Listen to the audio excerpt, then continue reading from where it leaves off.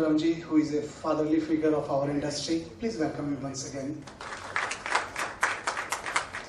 I'm very small to talk about his achievements and his greatness and his personality, his aura, but what I can say is that he's just here to bless me, and I have played in his films from 1980s, and one thing I always said and felt very sincerely that Pankaj ji is just like my little brother, and apart from a very, very great singer and very famous singer, he's a great soul that I have experienced many, many times, and I think it's just a blessing. He always blessed me. Whenever I met him at the airport or in the recordings, he just behaved like as if, I'm sorry Pankaj ji, I have to just say this, that as if you are big now.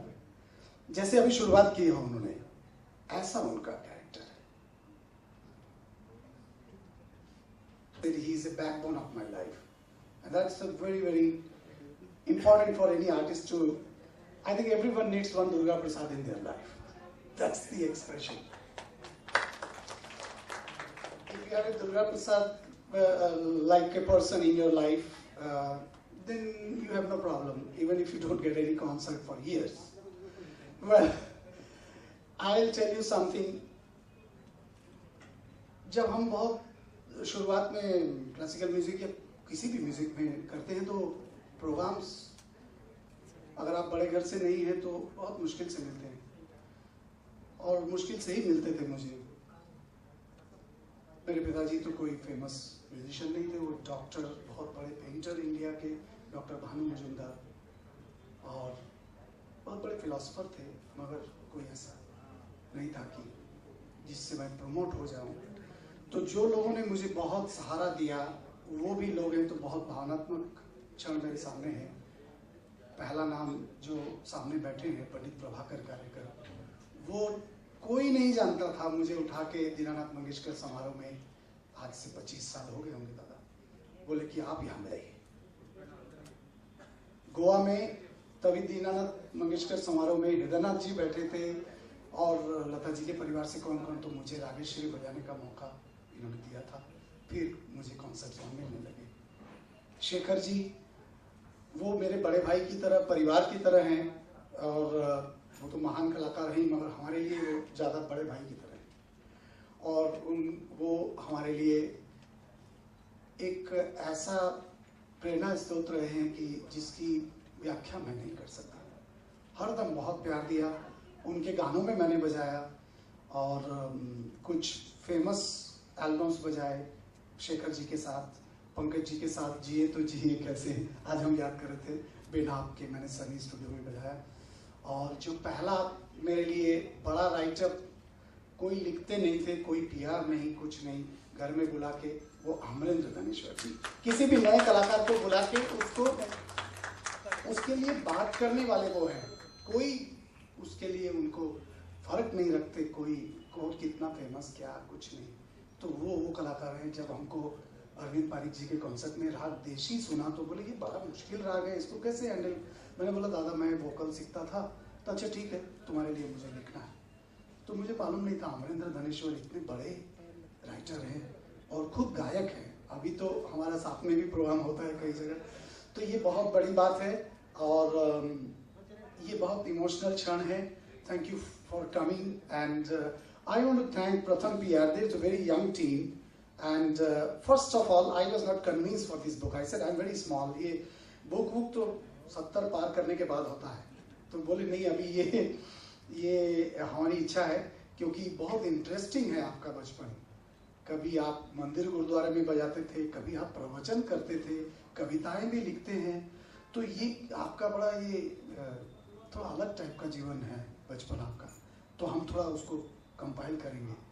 और जैसे दादा ने मुझे आशीर्वाद देके मेरे book में लिखा है कि रोनू एक छात्र भी गुरु से ज़्यादा छात्र है, तो वही मैं आप सबसे आशीर्वाद चाहता हूँ कि मैं छात्र बन के सीखता रहूँ और बांसुरी का काम करता रहूँ.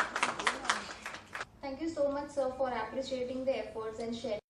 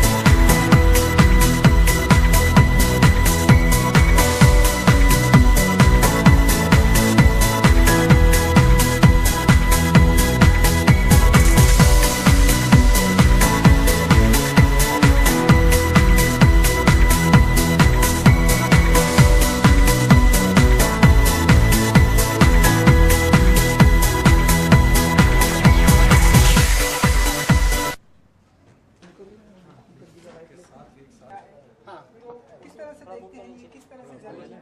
ये जर्नी बहुत सुखद रहा, बहुत ही म्यूजिकल रहा, बहुत सीखने को मिला। बहुत बड़े बड़े कलाकार इस सफ़र में मिलते रहे। हमारे गुरुजी पंडित रविशंकर जी, पंडित विजय राघव राव जी, पंडित लक्ष्मण प्रसाद जयपुर वाले जी, और जो कलाकार भी मिले वो सब ऐसे मिले जिनसे कुछ ना कुछ मुझे सीखने को मिला। और ईश्वर से प्रार्थना है कि आगे की जर्नी में ऐसे ही मैं बड़ों से सीखता रहूं और कुछ न कुछ मैं अच्छा करूं म्यूजिक में।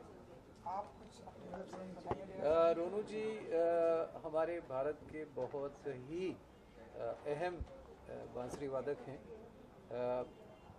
न सिर्फ बांसुरी वादक है, लेकिन जैसे मैं हमेशा कहते आया हूँ कि वो बांसुरी के साधक है, क्योंकि उन्होंने इतनी साधना की। क्योंकि 40 साल कोई छोटा अरसा नहीं होता है, बहुत लंबा अरसा होता है। लेकिन इन 40 सालों में उन्होंने बांसुरी की इतनी साधना की है, संगीत की साधना की है, और उसका ही परिणाम है कि उन्होंने भारत के ऐसे कलाकारों के साथ स्टेज पे परफॉर्म किया है, स्टूडियो में बजाया है, जैसे पंडित रविशंकर जी से लेके बड़े बड़े महान कलाकारों के साथ। और आज भी उनमें वो लगन है, उनमें वो जोश है कि जो आज से 40 साल पहले था। तो मैं तो यही कह सकता हूँ कि भारत के जो अनमोल रतन है शास्त्रीय संगीत के क्षेत्र में, उनमें से एक रोनू जी।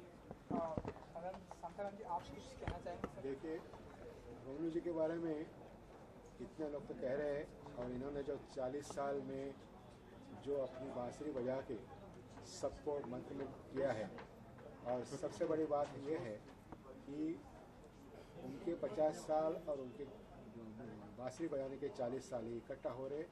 मैं इतना ही कह सकता हूँ कि बांसुरी जिस तरीके से इन्होंने बजाई है, बजाते रहे हैं और बजाएंगे, मेरे ख्याल से हमारा तो सबका आशीर्वाद तो रहेगा उनके ऊपर, लेकिन मेरे ख्याल से बांसुरी के जो पंडित थे, जो हमारे भगवान कृष्ण जी, उनका आशीर्वाद उनके ऊपर है। और क्या चाहिए? मुझे लगता यही है कि रोनू, तुम बजाते रहो और लोगों को मंत्रमुग्ध करते रहो। ठीक है रोनू जी, जैसा कि शांताराम जी ने कहा कि बांसुरी तब से प्रचलित है जब से भगवान श्री कृष्ण बजाते आए हैं। लेकिन हम अगर आज के टाइम में अगर हम देखें तो कोई भी बांसुरी के प्रति उतना इंटरेस्ट नहीं लेता, और कोई भी इस तरह की हमें देखने को नहीं मिलती। तो कुछ कहना चाहेंगे? नहीं, ऐसा नहीं है। वक्त बदलता है तो उसका स्टाइल बदलता है और उसके इस्तेमाल का तरीका बदल जाता है। बांसुरी में उतना इंटरेस्ट लेते हैं, बहुत लोग सीखने आते हैं। यहाँ तक कि फिल्मों में भी, गज़लों में भी भाई साहब के साथ हरदम आपको बांसुरी सुनने को मिलेगा। क्योंकि बांसुरी का जो, क्योंकि ये बहुत प्राकृतिक और सबसे नेचुरल वाद्य है, तो इसका जगह कोई ऐसा इलेक्ट्रॉनिक अभी तक नहीं ले पाया। अभी तक भी बांसुरी तो अपने रूप में ही इस्तेमाल होता है। यंग जनरेशन इंटरेस्ट नहीं लेती। नहीं, ऐसा नहीं है। देखिए आप, मैंने हीरो में ओरिजिनल तो बजा ही है जो पंडित जी ने बजाया। उसके बाद उसका रिमिक्स जो मैंने बजाया, जो फ्लूट फैंटेसी, वो भी इतना ही पॉपुलर हुआ, उसका साउंड बदल गया। मगर जब आप देखेंगे कि फ्लूट फैंटेसी जो मैंने बजाया वो लाखों करोड़ों में बिका है, तो लोग सुनते हैं उसको, वही धुन है, मगर वो बांसुरी में ही बजा। अच्छा, आप सभी से जानना चाहूँगा कि जो आजकल के जो गाने आ रहे हैं, आजकल के जो सिंगर आ रहे हैं, कितने पसंद आते हैं, कितने रास आते हैं, और कितना सुनते हैं आप लोग आजकल के गाने? जी, नए पीढ़ी जो है वो बहुत ही ज़्यादा टैलेंटेड है, जिसका सबूत हमें बहुत सारी चैनलों से मिलता है। क्योंकि जो रियलिटी शो हम देखते हैं उसमें हम देखते हैं कि हमारी नई नस्ल के, नए जनरेशन के जो बच्चे हैं वो बहुत ज़्यादा तैयार हैं, बहुत ज़्यादा हमें प्रभावित करते हैं। और वही बच्चे जो हैं, उनमें से कुछ बच्चे जो हैं वो हमारी फिल्मों के गाने भी गाते हैं। तो जाहिर है कि ये सब बच्चे जो हैं बहुत टैलेंटेड हैं। कुछ बहुत ही अच्छा संगीत हमारे सामने आ रहा है। और भारत का जो हमारे भारतीय सिनेमा का जो संगीत है वो पहले से बहुत ही दिलचस्प रहा है, बहुत ही रसप्रद रहा है। और मैं समझता हूँ कि आज भी हमारा संगीत उतना ही सबल है, उतना ही खूबसूरत है, उतना ही दिलचस्प है जितना पहले हुआ करता। रोनू जी, हाल फिलहाल में कोई एक इस दौर का गाना जो आपको पसंद आया हो या आप सुनते हो? मैं तो बहुत सारे गाने, आज के दौर का गाना भी सुनता हूँ मैं, और बजाया भी मैंने। अभी भी ऐसा नहीं कि मैंने फिल्मों में बजाना छोड़ दिया, और जब भी मौका मिलता है बजाता ही हूँ। माचिस तो पूरा ही मैंने बजाया था। उसके बाद गॉडमदर, रिसेंटली गॉडमदर के बाद ट्रैवलिंग्स इतनी हुई कि कुछ ऑफर्स में नहीं बजा सका, मगर मेरा दिल पड़ा रहता है स्टूडियोज़ में आज भी। तो वैसे जो तारे ज़मीन का गाना बहुत मैंने सुना, मेरी माँ जो गाना है, तो ऐसे बहुत सारे अच्छे गाने बनते हैं, ऐसा नहीं कि गाने अच्छे नहीं बन रहे हैं। कुछ कहीं कहीं हम लोग कभी भटक जाते हैं ज़रूर, क्योंकि स्टोरी की डिमांड्स भी अलग रहती है, थोड़ा मॉडर्न सब्जेक्ट रहता है, थोड़ा वेस्टर्नाइज हो जाता है, मगर मेलोडी तो कभी मर नहीं सकता। शांताराम जी, हाल फिलहाल का कोई एक ऐसा गाना जो आपको पसंद देखिए, आया? हाल फिलहाल के जो गाने अगर ध्यान में रखने हैं तो थोड़ा मेरे लिए तो मुश्किल है, क्योंकि फिलहाल संगीत भी अच्छा होता है आजकल का, नए सिंगर्स आ गए हैं, वो भी अच्छा गाते हैं, लेकिन मैं ये मानता हूँ कि आजकल का जो संगीत जो है वो फिल्म देखते समय अच्छा लगता है, बट फिल्म खत्म होने का जब हम बाहर जाते हैं तो हम भूल जाते हैं। यही बात है, जो पुराना संगीत है, पुराना जो म्यूज़िक आया है, और अभी भी आप देखिए कि जो पुराना संगीत है, पुराने सिंगर्स हैं, पुराने जो उस टाइप के जो गाने हैं, वो अभी भी फ़िलहाल पॉपुलर है, लोगों में पसंद हो रहे हैं, और specially the young generation now, जिन्होंने वो गाने सुने नहीं हैं, वो वही गाने पसंद करते हैं। यही मूवी। जाते जाते अगर एक आप लोग अपने अंदाज में कोई भी एक गीत हमारे अरे दर्शकों बस कोई भी एक मैं तो गाना गाता नहीं। अच्छा, आपके अंदाज में इसे ही कुछ गाना भी है।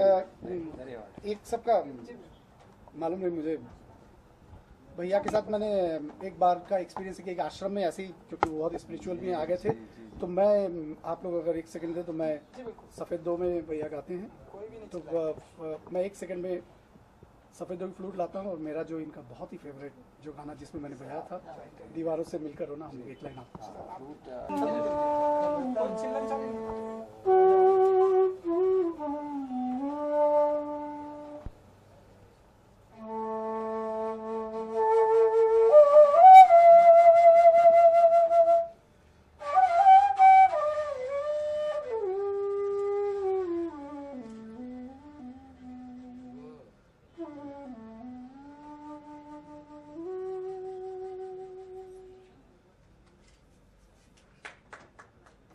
अब शुरू करेंगे दीवारों से।